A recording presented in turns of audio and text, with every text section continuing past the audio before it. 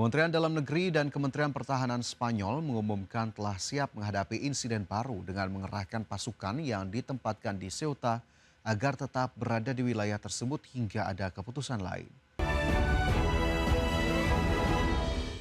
Pemerintah Spanyol mengerahkan sekitar 300 personel polisi anti huru-hara dan 2.000 tentara di wilayah Kantong Ceuta untuk mencegah masuknya migran secara besar-besaran kembali terjadi.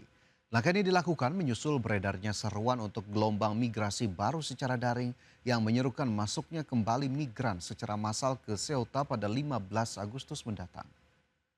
Kementerian Dalam Negeri dan Kementerian Pertahanan Spanyol mengumumkan telah siap menghadapi insiden baru dengan mengerahkan pasukan yang ditempatkan di Ceuta agar tetap berada di wilayah tersebut hingga ada keputusan lain. Sebelumnya pada akhir Juli, Ceuta mengalami masuknya migran secara besar-besaran dari negara Afrika tetangga yakni Maroko. Menteri Dalam Negeri Spanyol Fernando Grande Marlaska mengatakan bahwa sekitar 72.000 migran telah memasuki wilayah Spanyol di pesisir Afrika Utara dan sekitar 70.000 diantaranya kemudian kembali ke Maroko. Di sisi lain, otoritas Maroko justru memperkirakan sekitar 40.000 orang telah memasuki enclave Spanyol tersebut dalam beberapa hari terakhir.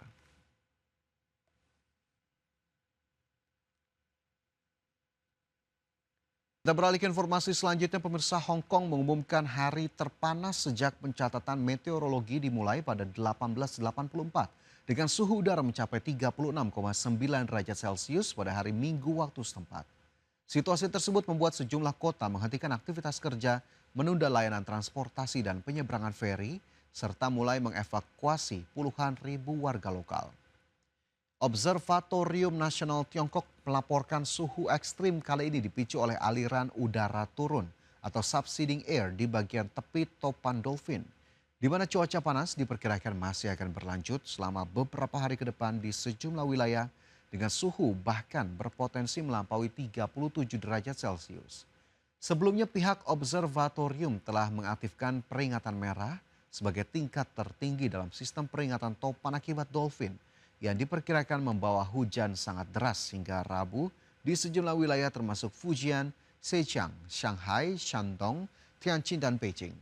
Topan tersebut diperkirakan mendarat di pesisir timur Tiongkok dari Shousan di Provinsi Zhejiang hingga Fuding di Provinsi Fujian.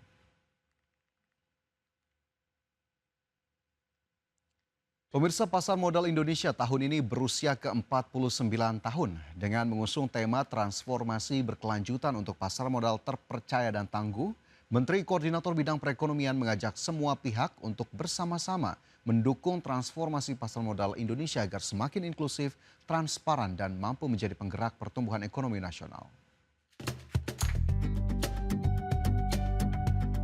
Menteri Koordinator Bidang Perekonomian Erlangga Hartarto optimistis perjalanan pasar modal Indonesia di usia ke-49 tahun ini tetap kuat dan menjadi kepercayaan para investor. Dari ulang tahun ke-49 pasar modal Indonesia sejak diaktifkannya kembali oleh pemerintah dengan mengangkat tema transformasi berkelanjutan untuk pasar modal terpercaya dan tangguh, pemerintah mendukung transformasi pasar modal Indonesia agar semakin inklusif, transparan, dan mampu menjadi penggerak pertumbuhan ekonomi nasional. Dalam usia ke-49 ini hadirnya instrumen dana kelolaan emas atau Action Trade Fund Emas atau ETF emas di Indonesia resmi diluncurkan dapat tumbuh pesat, bahkan optimis bisa melampaui India dan Singapura dalam waktu dekat. Erlangga menegaskan keyakinan tersebut berdasarkan besarnya potensi pasokan emas domestik, yakni simpanan emas yang dikelola oleh PT Pegadaian Persero yang tercatat mencapai 153 ton dan senilai 20 miliar dolar Amerika Serikat. Peringatan ini momentum untuk menjaga kepercayaan para investor terhadap perekonomian dan pasar keuangan internasional dan nasional.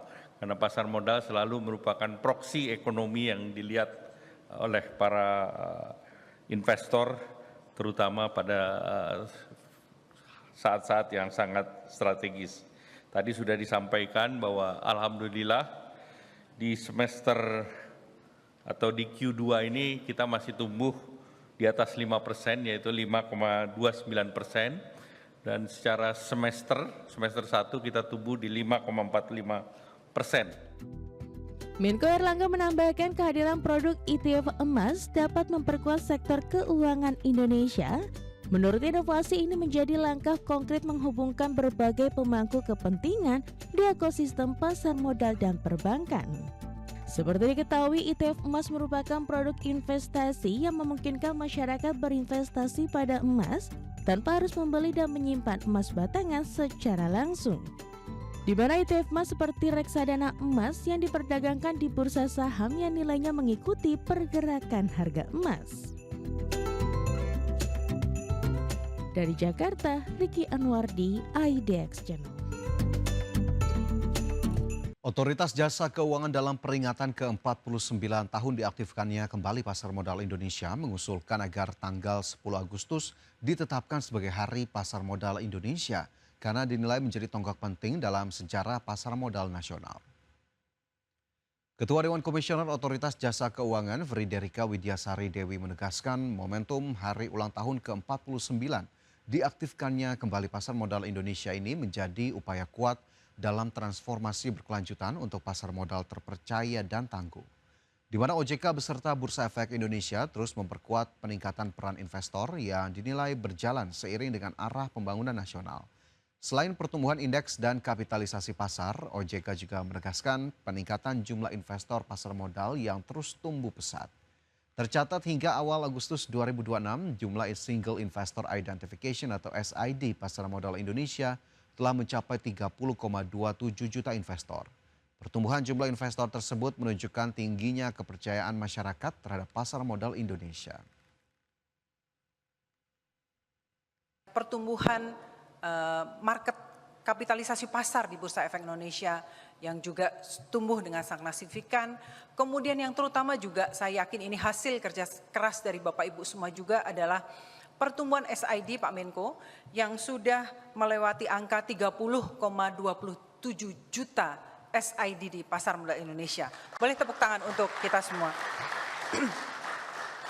Ini menarik karena dalam waktu 8 bulan belum habis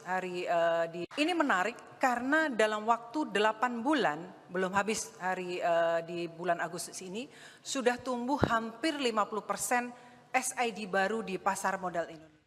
Polda Metro Jaya memastikan kondisi Jakarta saat ini aman dan terkendali di tengah isu aksi massa secara besar-besaran. Menurut Kabid Humas Polda Metro Jaya, Kombes Budi Hermanto, kondisi tersebut tercermin dari kegiatan masyarakat dan aktivitas ekonomi yang berjalan aman dan lancar. Selain itu, situasi keamanan Jakarta juga dari kehadiran tamu-tamu dari negara sahabat yang terus berdatangan. Kunjungan kenegaraan para pemimpin negara sahabat ini menjadi sinyal kuat kondisi Jakarta aman dan terkendali. Ekonomian pusat perbelanjaan juga ramai. Kegiatan dunia pendidikan berjalan. Jalan-jalan titik-titik simpul arteri juga terjadi kepadatan dan peningkatan arus lalu lintas. Artinya di situ kita bisa menyimpulkan bahwa Indonesia aman. Termasuk kunjungan Perdana Menteri Thailand, Perdana Menteri Singapura, dari Perdana Menteri India, Jerman, Belarus menyatakan bahwa Indonesia aman. Makanya pemerintah, pejabat luar negeri hadir di Indonesia, khususnya di wilayah.